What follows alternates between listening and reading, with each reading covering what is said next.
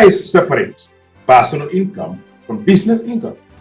And there are a number of reasons. One is accountability to yourself, to your family, and to your business. You, as the owner of the business, you're the chief accounting officer of your business. You're also the chief accounting officer of your family and yourself. Where did the money go? It's often a tough question for all of us.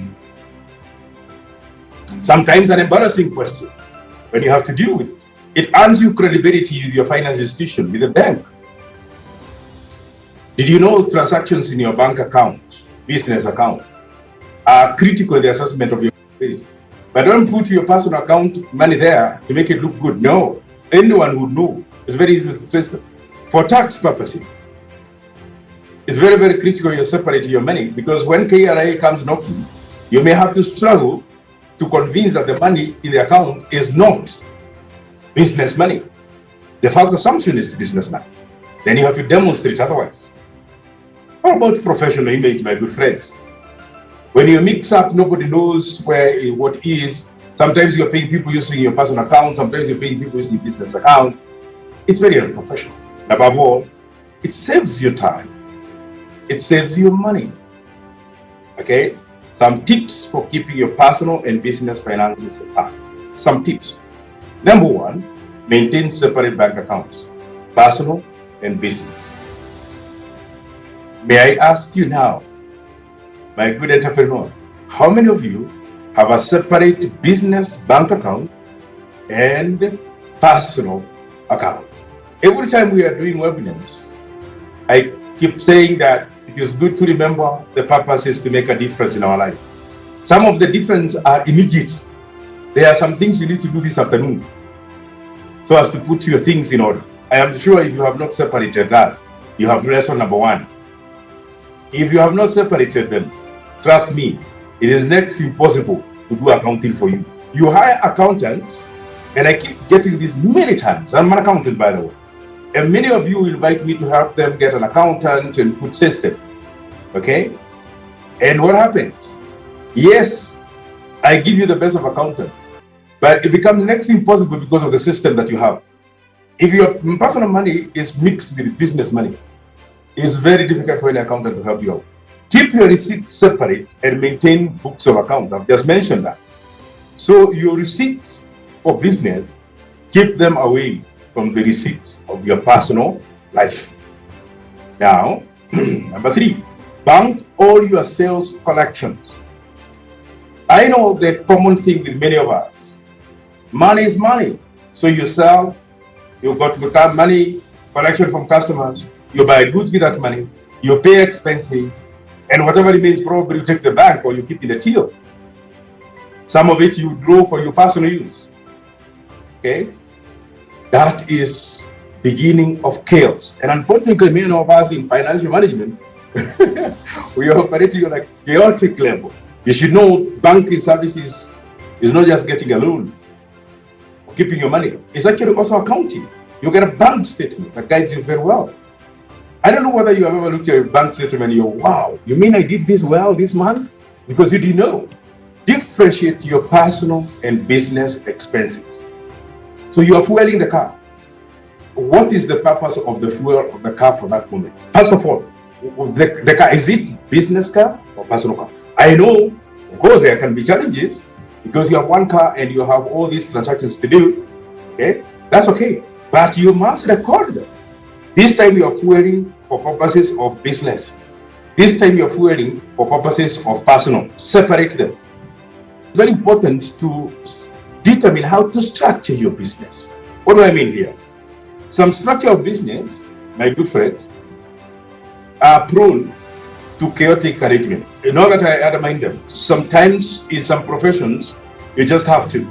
I'm talking about sole proprietorship, partnership, and limited company. Let me see by show of hands again. How many of us have a limited company? The business I have is a registered limited company. By show of hands.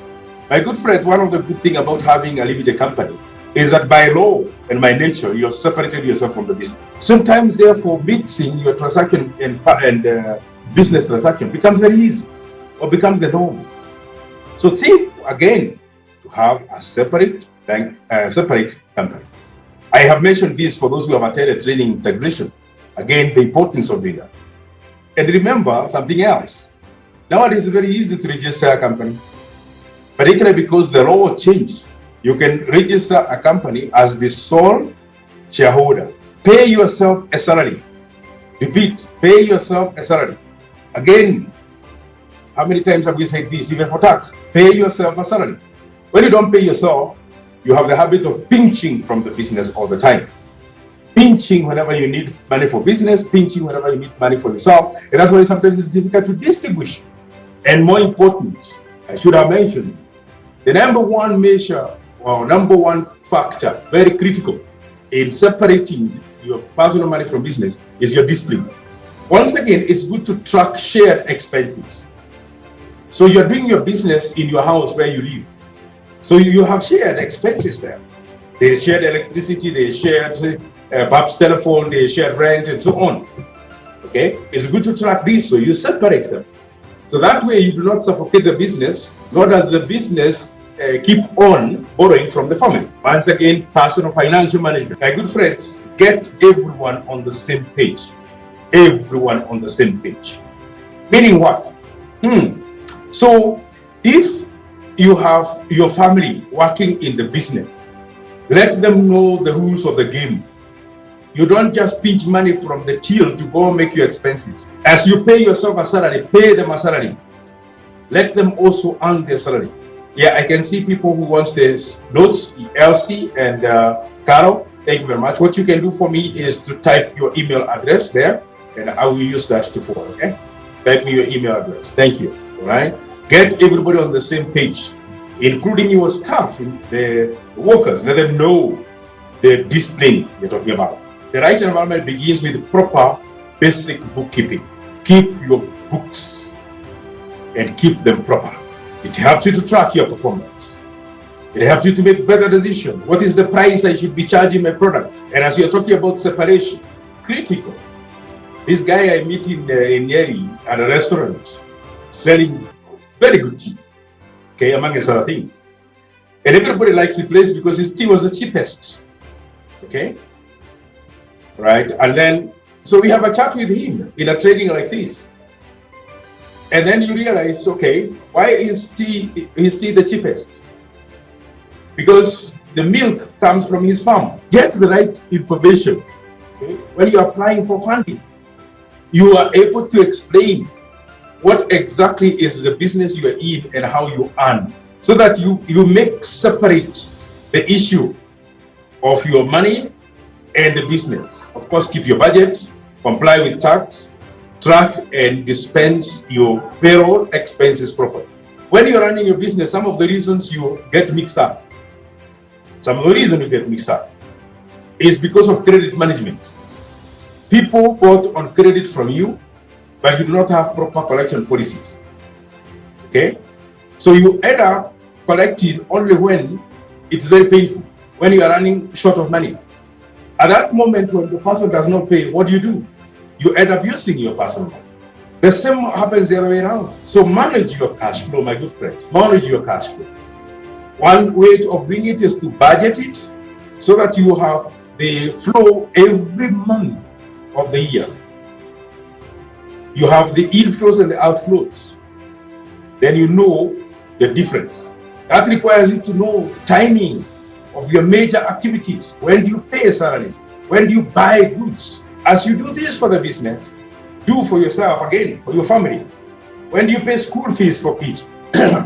When do you buy your consumption for the family? It is observed that the saving culture of us people, Kenyans, in this part of the world, is a little less than the kind of savings culture in the West.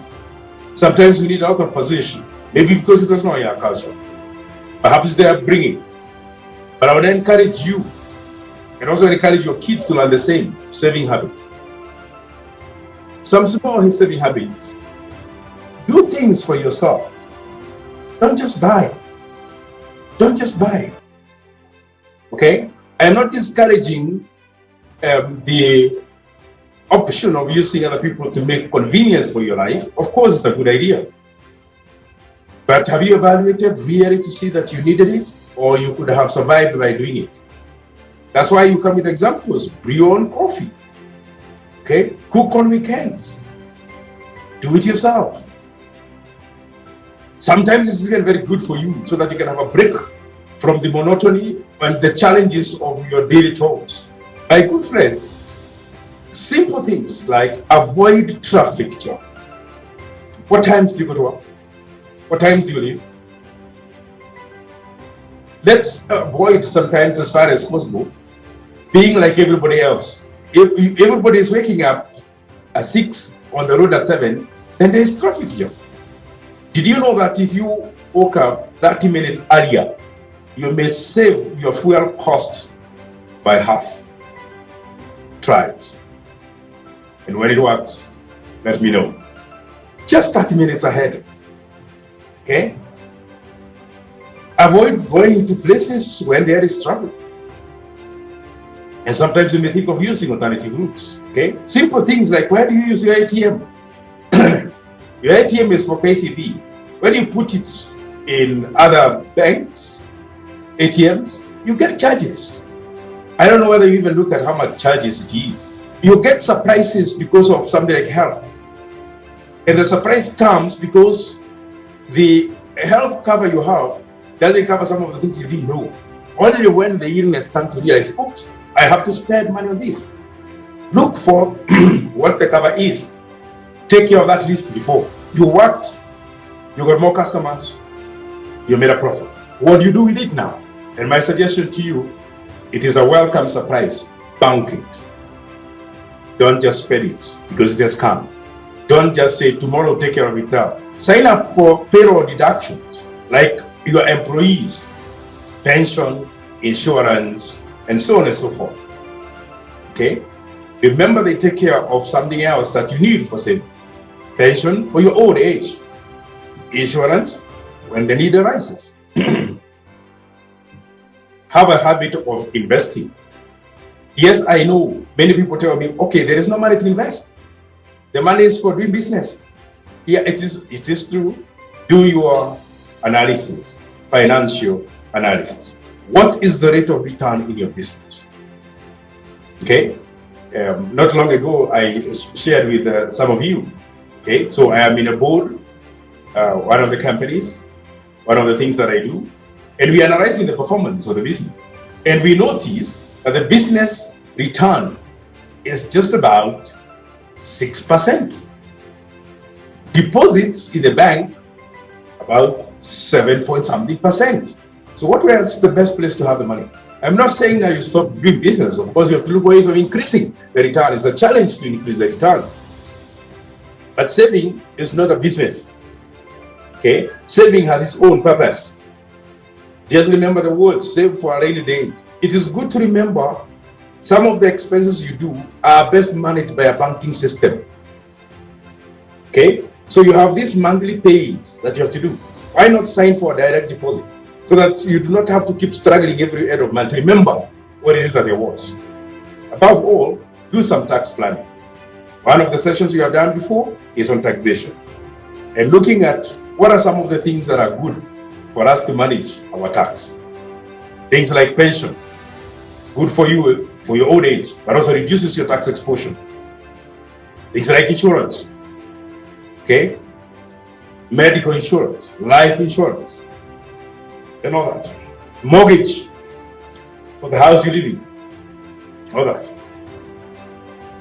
Some idea about savings habit, my good friends. Did you know that if you saved 100 shillings a day, you would have saved 36,500 by the end of the year?